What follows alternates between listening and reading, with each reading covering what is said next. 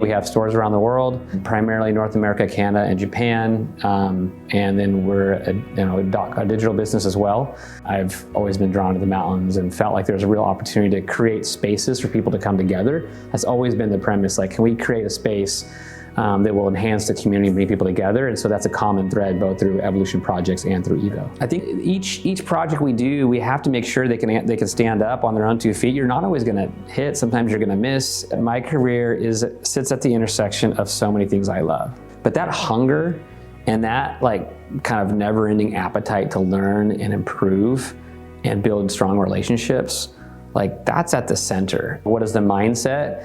What's the work ethic? What are the values? Those to me are the most important. In a world where the pendulum is always swinging, it's always opening up opportunities that people aren't seeing. And often they're hidden in plain sight. There were plenty of years where I lived with no money and maxed out credit cards. It was just part of the hustle, trying to kind of grow. And I witnessed through my best friend and through a number of friends experiences that I just could never have imagined at a very young age. Abuse is very unfair and uneven. And B, for those of us who have been dealt a different hand, what are we going to do about it?